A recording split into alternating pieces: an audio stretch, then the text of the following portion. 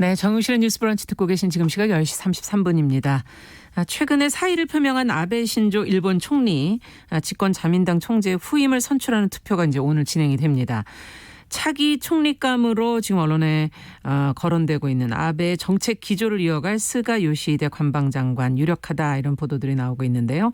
자, 오늘 관련해서 일본 게이센 여학원대 이영채 교수님과 함께 관련 내용을 좀 자세히 좀 살펴보도록 하겠습니다.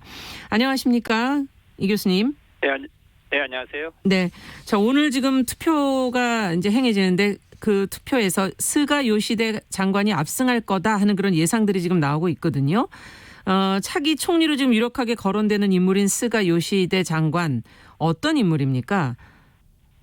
네, 스가 관방장관은 원래 이제 아키타현이라는 지방 출신이고요. 네. 96년에 중의원에서 당선돼서 지금까지 제1차 아베 내각에서 총무대신을 맡았고, 네. 2012년부터 약 8년간 아베 정권에서는 내각 관방장관을 했죠. 네. 실제 아베 정권을 지켜내고 만들어낸 마쿠 정치의 책사라고도 불리고 있습니다. 네. 그런데 이제 이 스가 관방장관 같은 경우는 일본 자민당의 정치의 특성으로 보면 네. 여러 파벌들이 많은데 파벌에 속해 있지 않고요. 그리고 비주류이고 대부분 국회의원들이 다 아버지의 의원직을 물려받은 세습의원인데, 예. 이 스가 관방장관은 어떻게 보면은 자수성가한 타입이라고 좀 할 수 있을 것 같습니다. 네, 독특한 점이 몇 가지가 보이는군요. 근데 스가 장관의 압승이 예상되는 이유는 어디 있다고 보십니까? 네, 원래 일본에서 이 총재를 뽑게 되면 전당 대표를 해야 되는데, 예. 당대회를 하게 되면 약 100만 명 정도가 투표를 하게 되고, 그러면은 지금 현재 국민적으로는 인기가 있는 이시바 전 간사장이 당선될 확률이 많은데, 네. 이번 같은 경우는 아베 수상이 중도 사퇴를 했기 때문에 긴급 상황이라고 해서 자민당 소속 국회의원들과 일부 지방 대표들만 가지고 투표를 하게 되는 거죠.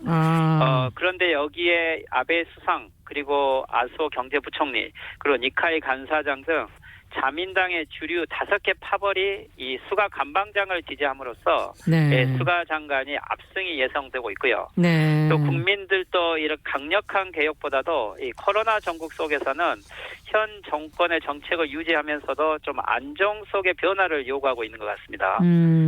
그래서 아무래도 자민당 주류의 생각이다, 이렇게 볼 수가 있겠군요. 네, 그리고요, 국민들 속에서도 어떻게 보면은 스가 관방장관이 비주류이고 또 비세습 의원이고 비파벌이기 때문에 조금 개혁성에 대한 기대도 국민들 속에는 있는 것 같습니다. 그렇군요. 그렇다면 어쨌든 스가 장관은 아베 정권의 정책 노선을 어느 정도는 계승한다, 이렇게 봐야 될 것 같은데요. 어떻게 보십니까? 네, 실질적으로 기본 노선은 아베 정책의 계승이기에 아마 그대로 유지되어 갈 것 같고요. 네. 실제 아베 정권이 유지해왔던 헌법 개헌에 대한 논의라든지, 예. 그리고 또 한국에 대한 관계라든지, 그리고 일본 내에서도 보수 정책을 추진했던 것을 지켜낼 수 있고 계승하기 때문에 스가 관방장관에 대한 주류의 지지들은 그대로 지속될 것 같습니다. 네, 그렇군요. 지금 이제 외교안보 정책을 어떻게 이끌어 갈 것인가, 그동안에 아베 정권이 해왔던 것과 조금의 차이라도 있을까, 여러 가지 그게 관심이 아니겠습니까? 스가 장관이 지금 미일 동맹을 기축으로 해서 한국, 중국 등 아시아 이웃 국가와도 확실히 관계를 구축하겠다, 이렇게 입장을 밝혔는데, 이것의 행간의 의미는 무엇인지, 어떤 방향성을 가지려 예상을 하시는지요? 네, 그렇죠. 스가 관방장 같은 경우는 2019년 5월에 관방장관 취임 이후 처음으로 미국을 방문했는데, 네. 그때 이례적으로 좀 환대를 받아서 아마 미국에서는 인식을 하고 있는 것 같습니다. 네. 하지만 이 외교는 아베 수상과 상담하면서 하겠다고 한 것은, 이것은 스가 관방장관이 개인적으로 외교에 대한 특별한 경험이 있는 것이 아니고요. 네. 즉 종래 일본은 미일 안전보장을 축으로 이 한국 간 한미일 안보 협력을 가져가겠다는 것인데, 네. 최근에 한국 같은 경우는 한미일 안보 협력을 유지하면서도 좀 독자적으로 한중 그리고 남북 외교 관계를 전개하고 있어서, 네. 이게 어떻게 보면 일본과의 마찰의 요인도 있었죠. 그렇죠. 결국 수강 관방장관이 신임 수상이 되어도 일본의 종래 미일 외교를 축으로 하는 보수적인 외교 정책을 크게 바꾸는 동력을 만들지는 못할 것 같습니다. 네, 그렇군요. 그래도 한일 관계 일단 협력할 수 있는 부분부터 해보자. 약간의 희망을 주는 그런 발언들도 좀 있었거든요. 예, 아베 수상 같은 경우는 명확히 전전의 침략 전쟁이라든지 식민지 문제에 대해서는 역사 수정주의에 서 있는 확신범이라고 할 수 있죠. 네. 그리고 한국과의 강제징용 배상 문제에 대해서는 매우 감정적이기도 했고요. 예. 예, 하지만 수가 관방장관은 아마 전략적인 측면에서는 아베 내각과 보수 주류의 정책을 개선하고 그들의 지지를 받아야겠지만 예. 전술적인 측면에서는 경제를 우선하겠다라고 말을 하는 거 보면 예. 한국, 중국과의 이 무역 관계에 대해서는 경우에 따라서는 개선의 여지도 조금 보이고 있는 것 같습니다. 네. 지금 앞서 잠시 얘기해 주신 역사 수정주의 얘기해 주시면서 이제 확신범이다 이런 표현을 해 주셨는데 이 우리나라와의 사실 가장 어려운 부분의 문제 아니겠습니까? 일본 위안군 문제라든지 강제징용의 문제 아주 쟁점들이 되는 문제들인데 이 부분에 대해서 앞으로 어떤 입장을 취할 것인지 한일 관계를 풀기가 혹시 강경한 입장에서 더 어려워지는 건 아닐지 어떻게 예상하십니까? 네, 원래 이 수가 관방장관 같은 경우는 좀 친중 친한파적인 성격이 있었지만 아베 내각을 개성하면서는 아베 정책을 그대로 따랐고요. 그리고 이제 비주류이기 때문에 일본 주류 파벌들의 지지를 받아야 되는 한에서는 현재로서는 독자적인 입장을 고수하기는 어려울 겁니다. 네. 그래서 최근에 이 한국과의 관계도 65년 한일 협약에 의해서 이미 모든 문제가 해결되었다라는 입장을 고수하고 있고 한국에게서 국제법을 지켜라라고 하는 논의를 계속하고 있는데 네. 아마 이것은 어떻게 보면 1년짜리 단기 일단은 수상이 되는 입장 속에서 한국과의 관계 그렇죠. 개선은 쉽지 않을 거겠죠. 네. 아마 중의원을 해산을 하고 총선거를 실시해서 수가 신임 수상이 주도하는 새로운 내각이 되었을 때는 아마 변화를 기대할 수 있겠지만 1년 이내에는 좀 어렵지 않을까 생각이 됩니다. 네, 기간적으로 보면은 지금은 채워져야 하는 기간을 보완하는 1년이 남아 있기 때문에 거기서는 자신의 입장을 잘 드러내지는 않을 것이다. 지금 그런 입장이신데요. 그렇다면 그 이후에는 과연 어떻게 될 것인가? 지금 스가 관방장관 주변에 있는 인물들에 대한 분석이라든가 그걸 통해서 그 이후를 한번 예측해 본다면 어떻게 예측하십니까?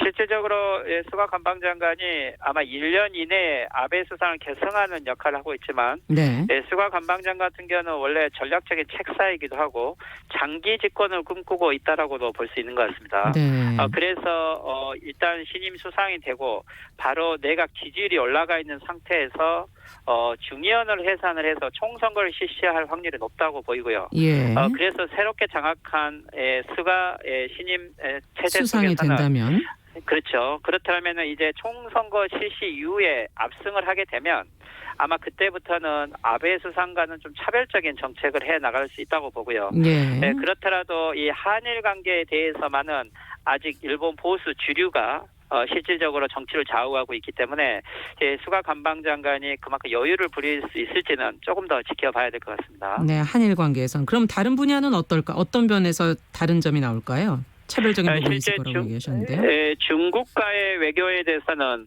아마 무역 관계를 개선하지 않으면 일본의 경기가 워낙 안 좋기 때문에 네. 실질적으로 코로나와 이 경제를 두 가지를 극복해야 하는 입장에서 대외 관계 개선이 꼭 필요하다고는 보이고요. 네. 그리고 미국과의 관계에 있어서도 아베 수상의 경우는 미국의 무기를 일방적으로 구매하고 트럼프 일방적인 정책을 지지했지만 예. 수가 관방장관 같은 경우는 실리를 따져서 아마 조금 미국과의 관계 개선에 있어서도 일방적인 외교만을 하지 않을 수 있다라고 그렇게 보입니다. 네, 우리하고도 그러면 경제 부분에서는 조금 다른 결정을 할 수도 있겠다 이렇게 예상할 수 있겠는가요? 아마도 일반적인 국민들의 이동이라든지 네. 경제인들 간의 방문과 관련돼서는 일본 경제에 직결하는 문제이기 때문에 아마 이 부분은 전술적으로는 변화를 기대할 수는 있을 것 같습니다. 그렇군요.